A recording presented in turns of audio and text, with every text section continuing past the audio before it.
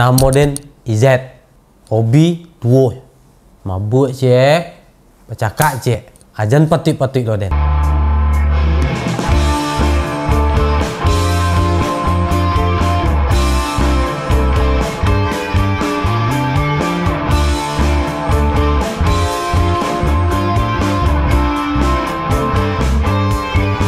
Teman-teman semuanya, kita kembali lagi bersama Revolve Official Channel.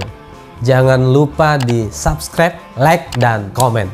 Fenomena yang terjadi akhir-akhir ini dan menjadi buah bibir di tengah masyarakat, baik masyarakat nyata dan masyarakat maya, adalah fenomena IZ atau premanisme di Kota Padang. Menarik membahas tentang premanisme IZ ini. Premanisme IZ ini menjadi viral, menjadi bahan ketawa, menjadi bahan olok-olok. Tapi kami akan mengkaji secara tuntas bagaimana fenomena premanisme yang terjadi di tengah masyarakat kita dalam kajian sosiologis. Secara definisi, preman berasal dari bahasa Belanda, Fritsman. Itu orang yang bebas. Orang yang tidak terikat dengan struktur organisasi, orang yang tidak terikat dengan nilai-nilai tertentu. Artinya, preman itu adalah orang yang tidak terikat dengan sistem dan struktur sosial. Dia bebas, dia tidak peduli, dia tidak berada dalam struktur sosial tertentu. Premanisme ini ya sudah terjadi sejak dahulunya di Indonesia. Juga banyak model preman.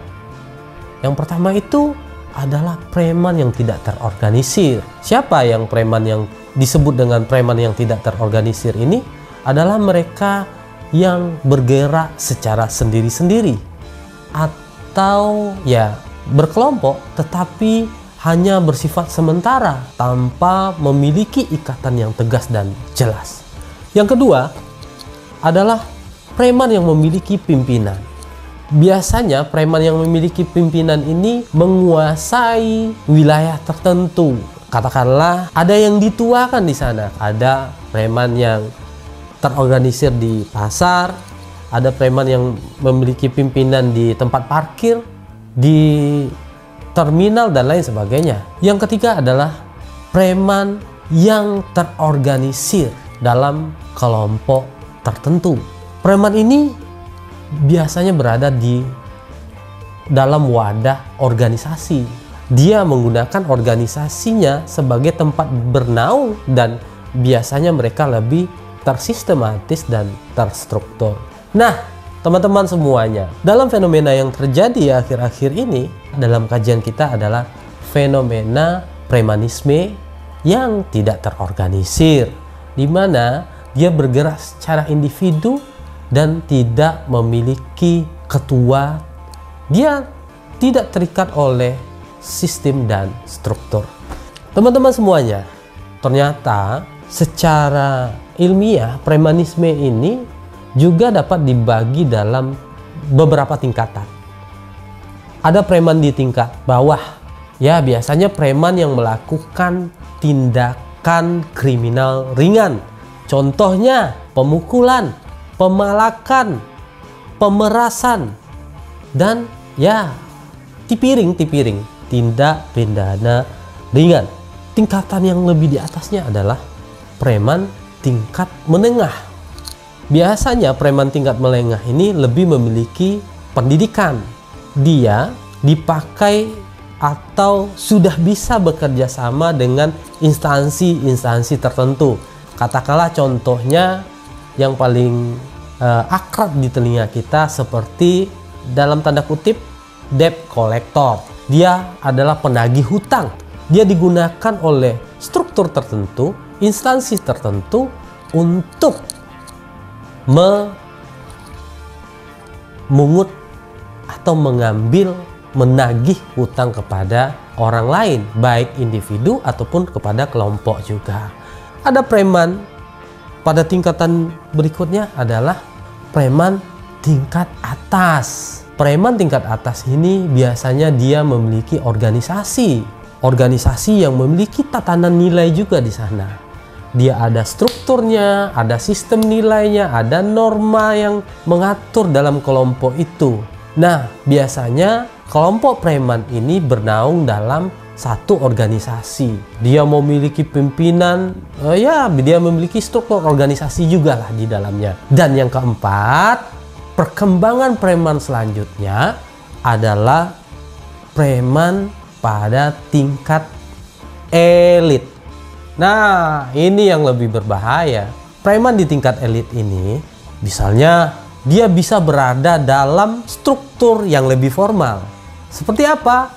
Dalam struktur negara, struktur pemerintahan, struktur birokrasi, struktur partai, dan lain sebagainya. Ini yang lebih berbahaya daripada preman yang tidak terstruktur tadi. Preman yang bergerak secara individu tadi. Kenapa preman ini muncul? Nah, preman biasanya muncul yang pertama itu akibat ketimpangan sosial di dalam masyarakat. Katakanlah ketimpangan dalam segi ekonomi.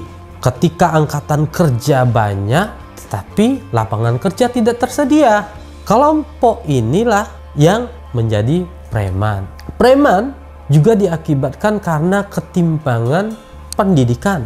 Ketika pendidikan terbatas, pendidikan tidak mampu untuk menciptakan dalam tanda kutip yang disebut dengan kecakapan sosial. Tidak cakap inilah yang mengakibatkan munculnya premanisme. Secara sosiologis, faktor yang bisa mengakibatkan aksi premanisme ini muncul atau kelompok preman ini muncul adalah sosialisasi yang tidak sempurna. Sebagai perilaku menyimpang, premanisme disebabkan karena sosialisasi yang tidak sempurna.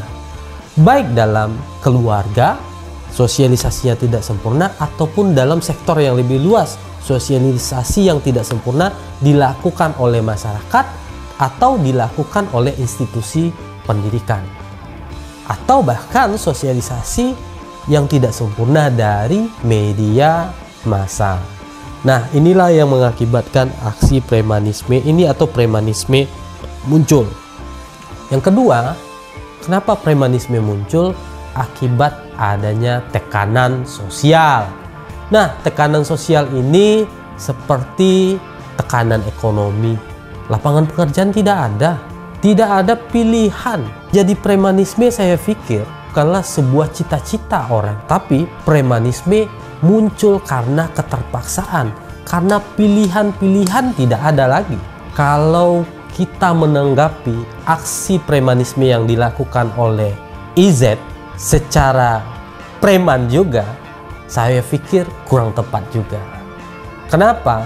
IZ bukanlah kemauannya, atau IZ-IZ yang lain bukanlah karena faktor dari dirinya, tetapi ada faktor sosial yang mengakibatkannya IZ muncul. Pemerintah, lapangan pekerjaan terbatas, lapangan pekerjaan sempit, struktur pekerjaan tertutup. Jadi kelompok-kelompok yang terabaikan seperti ini akan menjadi kelompok penentang, atau dalam kaitan ini adalah premanisme. Tidak ada struktur yang mengikatnya, tidak ada tatanan nilai yang mengikatnya. Nah, ternyata premanisme juga bisa muncul dari tekanan masyarakat. Masyarakat yang tidak solider akan mengakibatkan preman ini muncul. Tidak ada lagi kepedulian sosial kita, tidak ada lagi keinginan untuk berbagi di dalam masyarakat, membuat kelompok-kelompok premanisme menjadi marak. Fenomena yang terjadi ini mari kita jadikan sebagai wadah untuk belajar bagi kita semua.